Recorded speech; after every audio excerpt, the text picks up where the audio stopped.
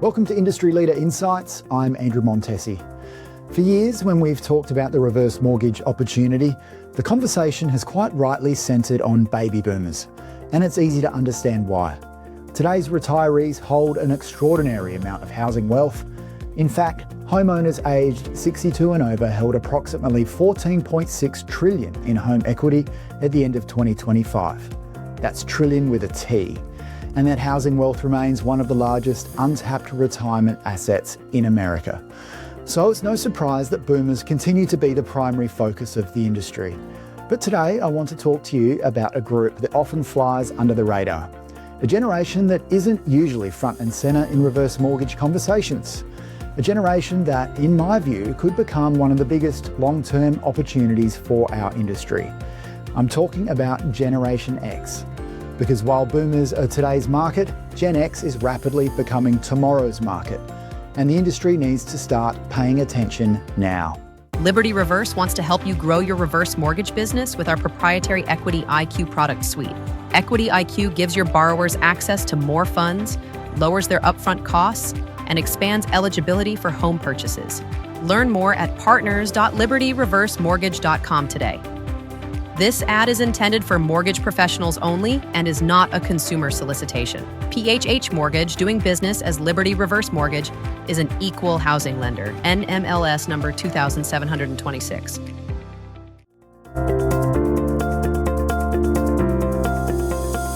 When most people think about reverse mortgages, they naturally think about retirees.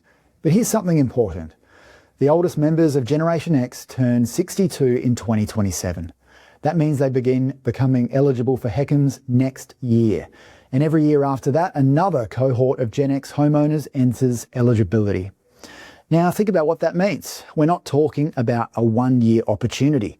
We're talking about a 15-year wave of future borrowers gradually entering the market.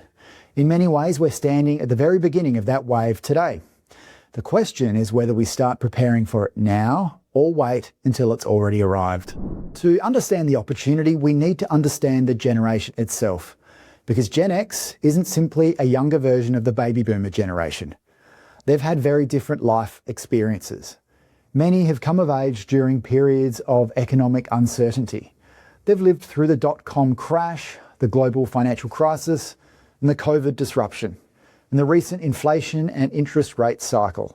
As a result, many Gen Xers are naturally sceptical of traditional retirement assumptions. They've learned that economic plans don't always go according to plan. And that has shaped how they think about money, retirement, and financial security. One of the most compelling reasons to pay attention to Gen X is retirement preparedness, or in many cases, the lack of it. Recent research found that nearly 4 in 10 Gen X households have no retirement savings at all. 4 in 10. And among those who do have retirement accounts, median balances remain well below what many experts believe will be required for retirement. And when we compare generations, the gap becomes even clearer.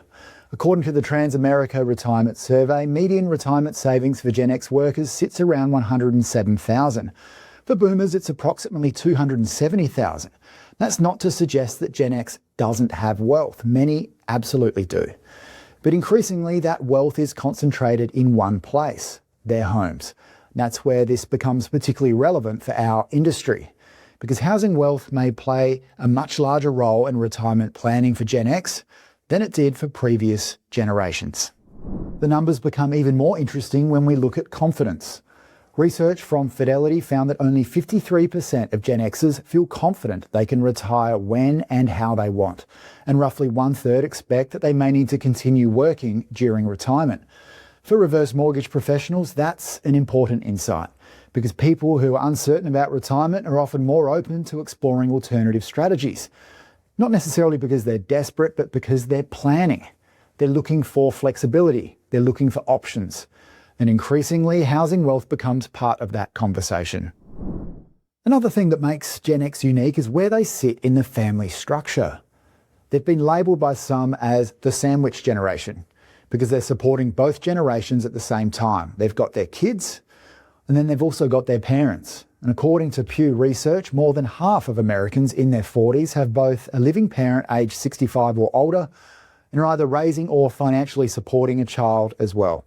That's an extraordinary amount of responsibility, and it creates financial pressure in multiple directions. Recent research from Credit Karma also found 40% are living paycheck to paycheck, 36% say income hasn't kept pace with inflation, and 43% don't think they'll retire by age 65. 1/3 don't expect to eliminate their debts. And when you combine these realities, it becomes easier to understand why retirement planning feels different for this generation. Now let's compare the two generations, because this is where the messaging opportunity gets pretty interesting. Baby boomers are often focused on retirement income. So that's including aging in place, healthcare costs, maintaining independence, and estate planning. Gen X, on the other hand, tends to be focused on paying down debt, supporting family, career transitions, retirement readiness, and keeping their future options open. This distinction really matters because boomers often respond to conversations around retirement solutions. Gen X may respond more strongly to conversations around retirement planning. They're very different conversations. And then there's the elephant in the room, the great wealth transfer. Research estimates that approximately $124 trillion will transfer between generations by 2048.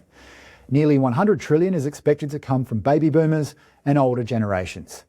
This is important because Gen X sits in a unique position. They're not only future beneficiaries of inherited wealth, they're also actively involved in the retirement and housing decisions of their parents today. In many cases, they're already sitting at the kitchen table during reverse mortgage conversations. They're helping their parents research options, they're attending meetings, and they're influencing decisions. In other words, they're not just tomorrow's borrowers. They're already today's influencers. Historically, reverse mortgages have often entered the conversation late. Sometimes it comes after retirement, sometimes after a financial challenge emerges, and sometimes when the options just feel limited. But Gen X gives us an opportunity to change that narrative, to move from crisis conversations to planning conversations. This generation still has time. Time to learn, time to plan, time to integrate housing wealth into a broader retirement strategy. And perhaps that's the biggest opportunity of all. For years, our industry has rightly focused on baby boomers because that's where today's opportunity sits. And that isn't changing anytime soon. But the next chapter is already beginning. The oldest Gen Xers turn 62 next year, and they're carrying significant housing wealth a lot of the time. They're facing retirement uncertainty, they're supporting both parents and children, and they're preparing to inherit trillions of dollars through the largest wealth transfer in history. The question isn't whether Gen X becomes a major reverse mortgage market.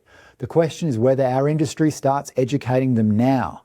Because if we wait until they run out of options, we've missed the opportunity. If we engage them while they're still planning, we can help shape a very different conversation around retirement, housing wealth, and financial flexibility. That may be one of the biggest opportunities facing the reverse mortgage industry over the next 2 decades. Thanks for watching.